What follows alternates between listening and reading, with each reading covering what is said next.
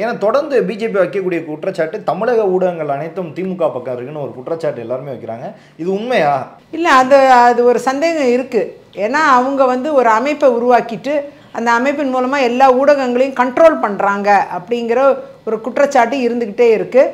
ஆகையால் நிச்சயமாக ஊடகங்களில் நீங்கள் பார்த்தீங்கன்னா சரிக்கு சமமாக எல்லா கட்சிகளுக்கும் கொடுக்குற பங்களிப்பை அதிமுகவுக்கும் பாஜகவுக்கும் வழங்காமல் திமுக சார்பு நிலை உள்ள கட்சிகள், திமுக சார்பு இடதுசாரி அப்படியெல்லாம் நிறைய பேரை வச்சுட்டு ஏதோ ஒரே ஒரு ஆளை ஃபார்மாலிட்டிக்கு கூப்பிட்டு பிஜேபியில் அதிமுகவில் உட்கார வச்சு மொத்த டிபேட்டும் அவங்களுக்கு சார்பாக நடத்துகிற ஒரு சூழ்நிலை நிறைய ஊடகங்களில் பார்க்க முடியுது.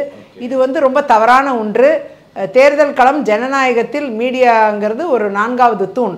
அப்படி இருக்கும் பொழுது மீடியா எல்லோருக்கும் பொதுவான ஒரு தளத்தை அமைப்பார்களே ஆனால் அவர்களுக்கும் மரியாதையாக இருக்கும்னு நான் நினைக்கிறேன்.